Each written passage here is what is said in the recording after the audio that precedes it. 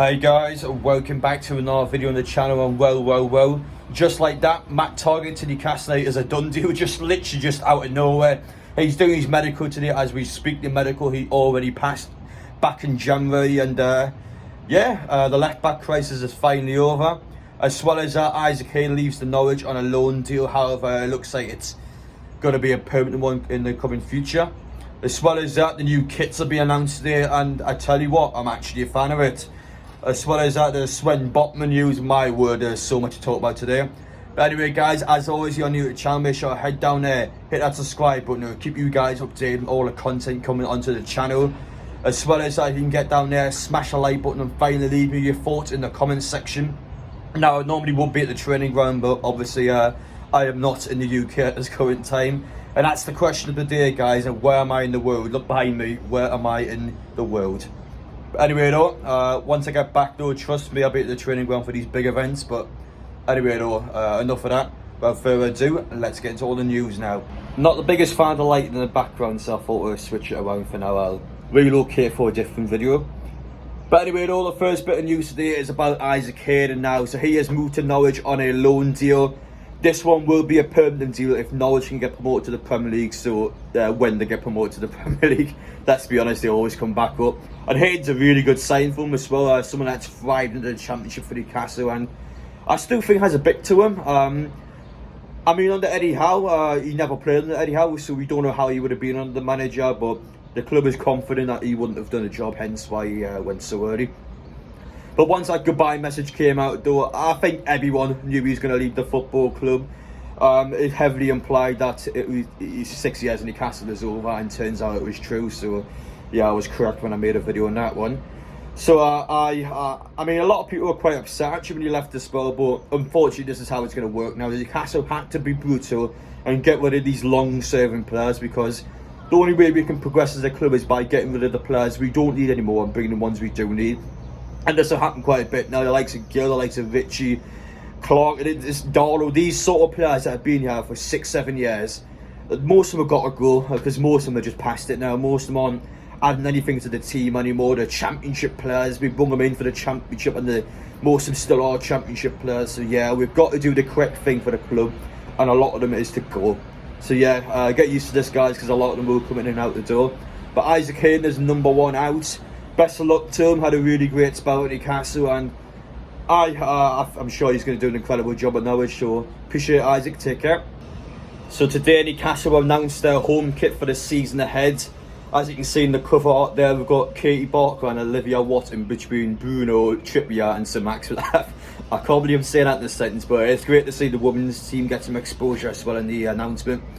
But yeah, I'll be brutally honest, I'm actually a fan of the home kit. I think for once having the white hand side on the sleeves as well as that little colour at the top, it actually looks quite good. Now I know a lot of people have been quite upset that Funny is still a sponsor, and I'm sure the club are just upset as well because the Funny issues in Saudi Arabia.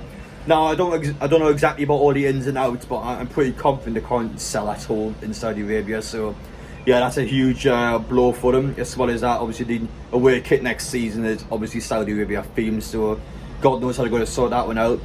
But yeah, we've still got a sponsor issue at the minute. I'm sure the club are trying to get rid of Funny as soon as possible. But yeah, that's still on. But I'll be honest though, the kit's actually quite nice. I've got no problems at home kit at all. I think over the last couple of seasons, I wasn't a fan of any of the kits last season. I think the blue away kit was okay. I think the goalkeeper kit was disgusting, and the other ones I just thought were just okay again. I didn't think anything big of them, but so far so good. I think it's actually a good Castore kit, the home one, so I'm looking forward to buying that and wearing it. Once again, yesterday there was another Lucas Paqueta tease as Bruno put a picture on his best mates over in Brazil with Sir Max replying with the fire emojis. I think everyone is thinking what Sir Max is thinking, to be honest. Two ballers in that picture there. And again, this is players interacting with Paqueta, the fans interacting with him. It's just sign him. Just please sign him. That's what I can say now. It's teasing me quite a bit. Now, I always said the problem with him this summer is the fact that he's a centre midfielder. He's more of a luxury player at the minute for Newcastle than anything else. So I do think over the next couple of seasons he will definitely join Newcastle. It's just one of them where it's just going to happen. You know what I mean? It's just certain in life. So yeah, we'll keep an eye on this one over the summer, but I think the likes of Botman are the more realistic ones to speak about him in a bit, because there's been quite a lot to say about him. But Paqueta, never say never. Yes, he's a luxury player, but how the club feels like it, I think they could go out there and just go, you know, screw it. But for now though, we've got to just deal with those little teasers. Enough about the teasers though, let's talk about actual facts now. Matt Targett to Newcastle United, done deal. Just like that, he is currently on the training ground now doing his medical.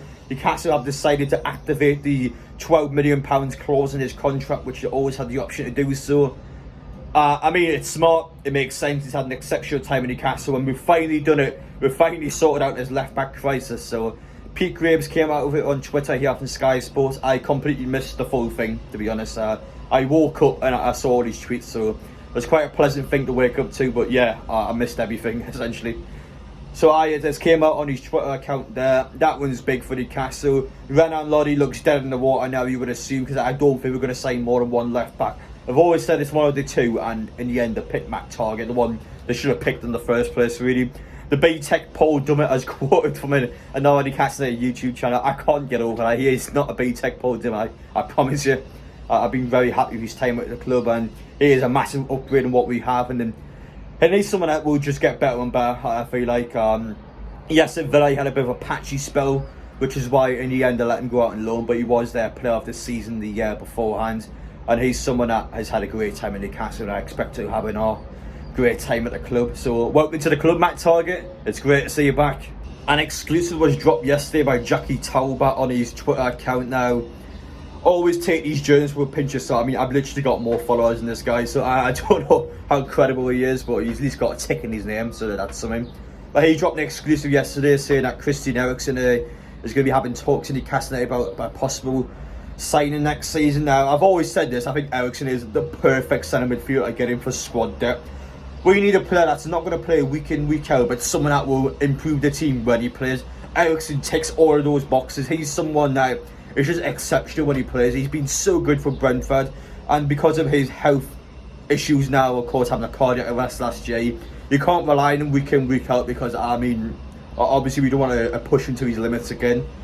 But he's someone that would be so good around the dressing room. A bit like Kieran Trippier, he'd be someone that would just go in there and he'll bring players from being mediocre to bringing them to be top class. He can just transform players in the dressing room. And those sort of characters in the room would just be just game changers. So he should be a player Newcastle should be all over, 100%. I really hope this one's true. I really hope Newcastle start talking to him, because I think we do have good incentives to come to this club, and he's someone that will just make a difference on and off the pitch. So yeah, for me, every day of the week, sign Erickson.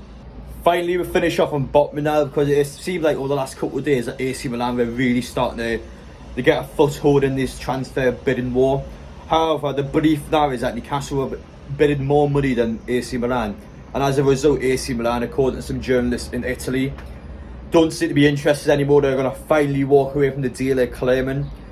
But there's some problems now, is that they're also claiming that Manchester United and Tottenham are going to join the race. However, Fabrizio Romano confirmed yesterday it was still Newcastle and AC Milan in it. So it's still between those two teams, and the belief now is that Newcastle will put more money into them, and it's more of a bidding war now, and AC Milan at that stage where they're either not willing to put more money in or they don't want to.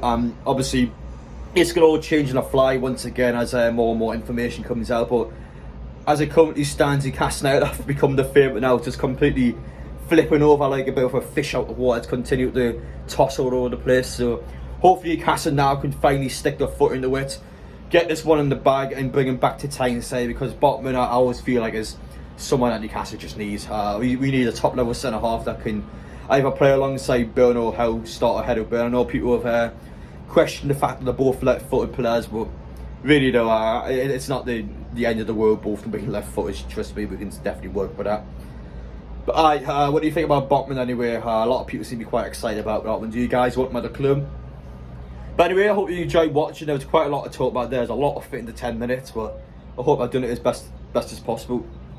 So, but anyway, though, I'm going to enjoy myself on holiday for a little bit. There will be still regular uploads on the channel, but obviously I'm going to miss the first couple of days at the training ground, so apologies in advance. But I still think Ekitike he'll sign it out in a couple of weeks' time, because obviously he's got to finish his international tournament. So I don't think he'll come in straight away. Obviously I'm going to miss Matt Targett, but I mean, it's not the end of the world, I suppose, in that one. With any more though, apologies in advance. But anyway guys, take care, thank you for watching now, till the next one.